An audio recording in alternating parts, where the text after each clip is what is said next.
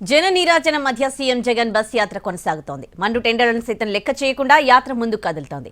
అడుగడుగునా అవ్వాతాతలతో ముచ్చటిస్తూ అందరికీ భరోసానిస్తూ జగన్ యాత్ర పల్నాడులోకి ప్రవేశించింది. రంగురంగుల మేనిఫెస్టోతో జనాన్ని చంద్రబాబు బురుడీ కొట్టించారని విమర్శనాస్త్రాలు సంధించారు సీఎం జగన్.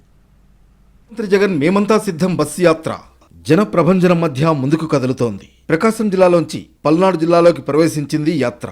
3 రోజుల పాటు ప్రకాశం జిల్లాలో ఎన్నికల ప్రచారం నిర్వహించారు. జగన్ రాకతో వినుకొండ జనసంద్రాన్ని తలపించింది. బస్సు యాత్రలో భాగంగా ప్రకాశం జిల్లాకు చెందిన పలువురు వైసీపీ ముఖ్య నేతలు సీఎం జగన్ను కలిశారు. ఎన్నికల్లో అనుసరించాల్సిన వ్యూహంపై పార్టీ నేతలకు దిశానిర్దేశం చేశారు. పెన్షనర్లతో ఏర్పాటు చేసిన ముఖాముఖి కార్యక్రమంలో పాల్గొన్నారు.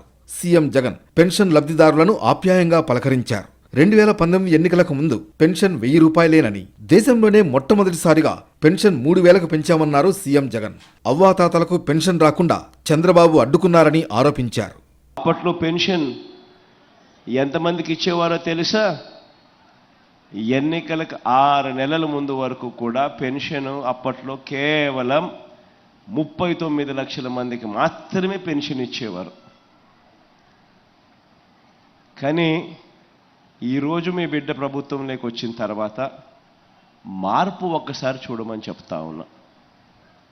అప్పట్లో ప్రభుత్వానికి అయ్యే ఖర్చు నెలకు కేవలం 400 కోట్ల రూపాయలు ఖర్చు అయ్యే ఆ రోజుల పరిస్థితి అప్పట్లో ఉంటే, దేశంలో ఎప్పుడూ జరగని విధంగా, దేశంలోనే ఎప్పుడూ చూడని విధంగా గ్రామ స్వరాజ్యం అంటే ఏమిటి అన్న దానికి నిర్వచనం ఇస్తూ, ప్రతి యవ్వను ప్రతి తాత ముఖంలో చిరునవ్వును చూడడానికి ప్రతి ఇంటికి నెల 1వ తారీఖునే తాతలకు అండగా ఉంటూ పెన్షన్ నేరుగా చేతుల్లోనే పెడతా ఉన్న పరిస్థితి గతంలో ఎప్పుడు చూడని విధంగా జరుగుతూ ఉంది.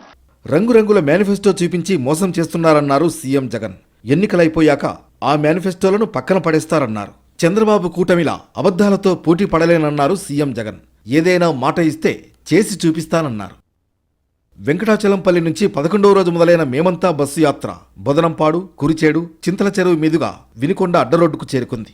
అక్కడ భోజన విరామం తీసుకున్నారు సీఎం జగన్. వినుకొండ చేరుకుని రోడ్ షో నిర్వహించారు. ఆ తర్వాత కనమర్లపూడి, శవల్యాపురం మీదుగా గంటావారిపాలెం చేరుకున్నారు. అక్కడే రాత్రికి బస చేశారు. ప్రకాశం జిల్లా పల్నాడు జిల్లాలోకి యాత్ర ప్రవేశించింది. ఉగాది సందర్భంగా రాష్ట్ర ప్రజలకు శుభాకాంక్షలు తెలిపారు జగన్. క్రోధినామ సంవత్సరం రాష్ట్ర ప్రజలకు శుభాలు అందించాలని ఆకాంక్షించారు.